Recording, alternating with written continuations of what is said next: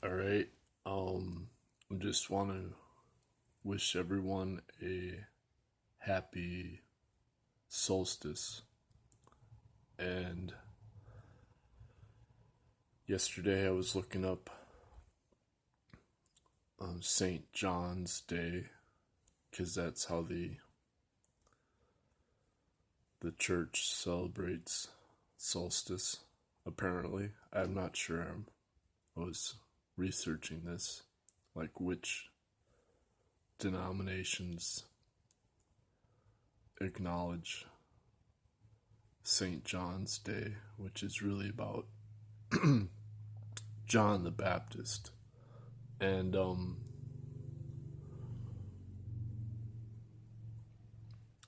I found this Freemason YouTube channel, and he he was talking about Saint or John the Baptist, but he was reading from the book of John, the evangelist. And the quote was about how you had to see the light in order to know God, or something like that.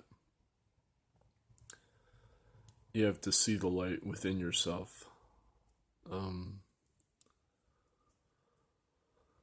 And I left a comment about how this was really from Egyptian alchemy. I don't think I used the word alchemy, but I recommended that the person read D.M. Murdoch's book, Christ in Egypt. And then yesterday I got a car scanner, which is, it seems like it's like a toy,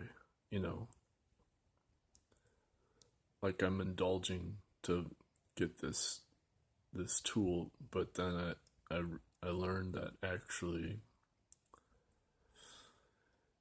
if you're serious about trying to keep the car running, then you really need the scanner, because the car is pretty much all computer controlled,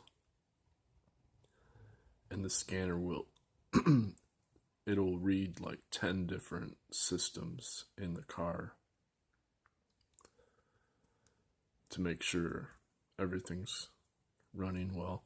And I didn't get any codes, so that's good news.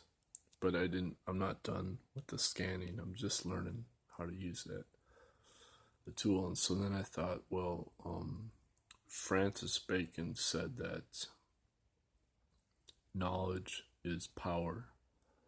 And Francis Bacon was one of the first modern scientists. I think he was in the 1600s. And what's interesting about Francis Bacon is that he predicted a lot of the technology that we have today. He just basically, he took the philosophy of modern science as a religion of technology.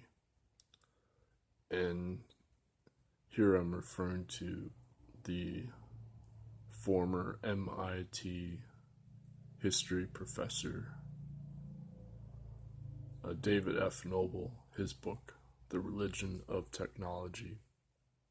And he discusses Francis Bacon. So does Morris Berman, who was started out as a mathematics PhD, but then he went into liberal studies, which is what I got my master's degree in, which is it's really funny when they say, what did you get your master's degree in? I had someone ask me this yesterday, and if I just say the word liberal, then they'll have a knee-jerk emotional reaction. If that's their political ideology or something. If they consider themselves, say, a quote unquote conservative or whatever, that's always ranting against the liberals, and but in this case, liberal means like the Renaissance aristocratic interdisciplinary liberal arts. You study science as a whole, as interdisciplinary philosophy of science. And anyway, so then I was thinking about in meditation, Qigong Grandmaster Chun Yi-Lin, he says, emptiness is power. So the more we go into the emptiness in meditation, then the more power we have. And this is the exact opposite of what Francis Bacon said, when he said knowledge is power. And even the radical Malcolm X also said knowledge is power. And I'm proud to say that the first time I heard that phrase, knowledge is power, is when I read the autobiography of Malcolm X during my first year of college. So I didn't learn it from Francis Bacon, but that was Malcolm X. He got his education in prison from reading. He read books all the time in prison, so I'm not sure where he got it originally, but maybe he read Francis Bacon or read about Francis Bacon. So, how can we justify this claim that emptiness is power? And if we look at the word power in science, it's defined by watts. And then everyone just accepts watts. But then if we look at the word watts, they use joules. And so then if we look at what joules means, in terms of science, we have to go to the foundation of science now is actually quantum physics. And so we have to go to Planck's constant. And the Planck's constant is actually the average energy of light. That's another way of summarizing Planck's constant. And what's interesting is when he converted it to joules, he covered up one of the time factors. So he canceled out the time, so he was just left with frequency. And then he converted the frequency to seconds. He canceled out the seconds in time. So he just had the frequency. So when he did that, when he converted the average energy of light into joules, he was relying on a statistical average from Boltzmann. And it turns out that when they studied the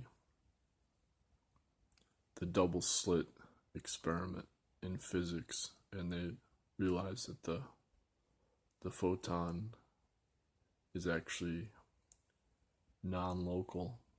The origin of the photon is non-local.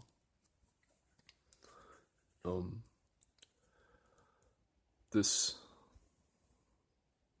was the big debate that Einstein had with Bohr about what Einstein called spooky action at a distance. And so John Bell devised a inequality theorem or experiment it wasn't until the 1980s that it was really tested. And then my own quantum physics professor tested Bell's inequality for neutrons, because with neutrons, since they don't have an electromagnetic charge and they're neutral, then you can see the spin.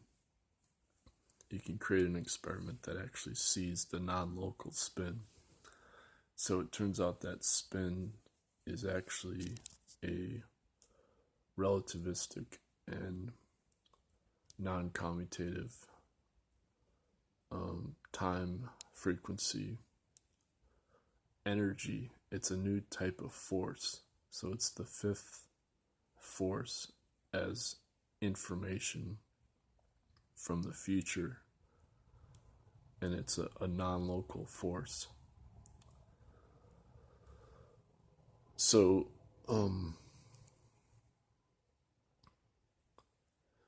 somebody yesterday commented to me how they don't like the idea of consciousness in quantum physics, that if you're using the pilot wave from De Broglie or from David Bohm, then there's no need for consciousness. And what they mean by that is there's no need for a human consciousness to observe the energy. But that doesn't mean there isn't a consciousness of the universe. And this is what Roger Penrose calls protoconsciousness. And he got that phrase protoconsciousness is from Bernard de Espinay. Sorry, I'm butchering the French.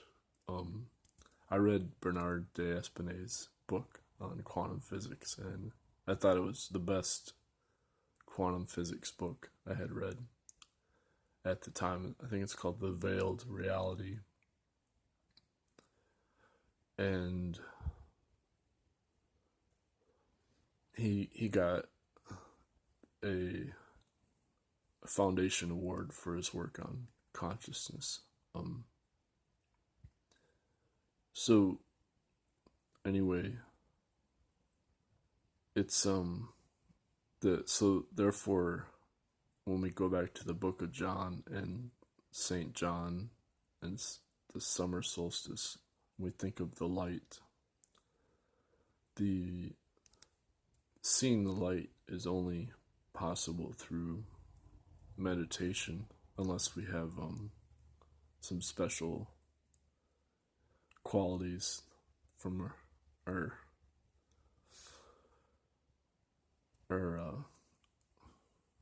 upraising or background or whatever. But most people, they don't see the light. They don't see auras. Like if you see an aura with your eyes open and you see light around other people, or you see spirits, this is an advanced spiritual training but all males were required to do this training in our original human culture. So this is what got taught in Egypt and then became the Christian religion through Judaism, and of course it got totally changed by the Greek Western science, materialistic, Platonic philosophy, and that's why we are taught that knowledge is power. And so Roger Penrose, he points out that the entropy of matter is the opposite of gravity. So as we try to decrease the entropy of matter with technology, we are increasing the gravitational entropy. And so the information of power as emptiness is the negative entropy or negentropy from the future as the gravitational potential of the spin. So it's a non-local spin from the future.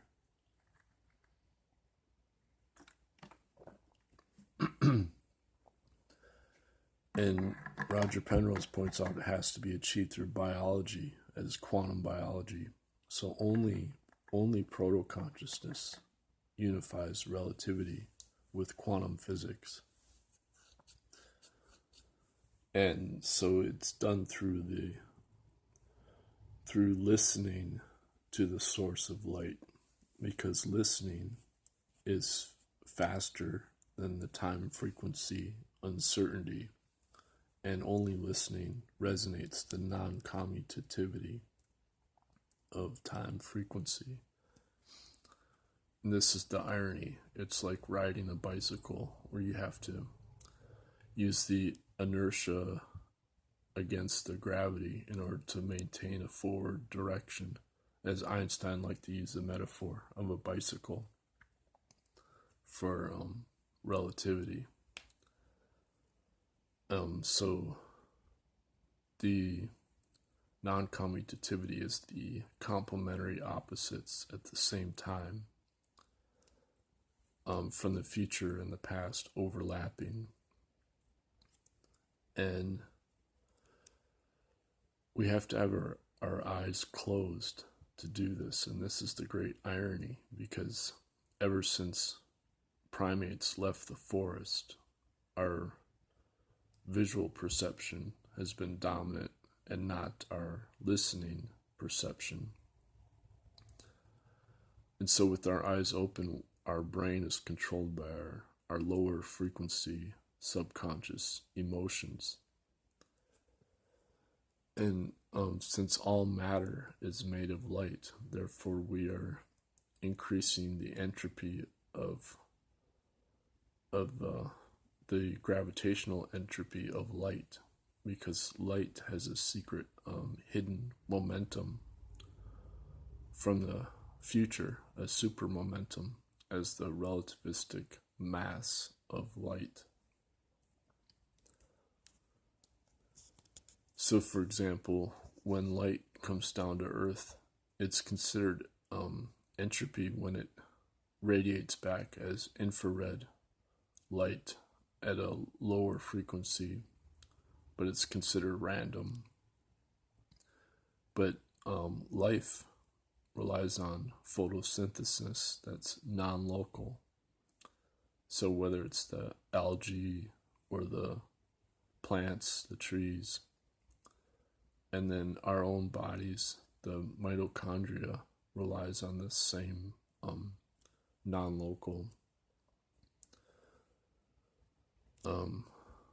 photosynthesis through the pigments as photoreceptors through our eyes and our skin. And this is converted into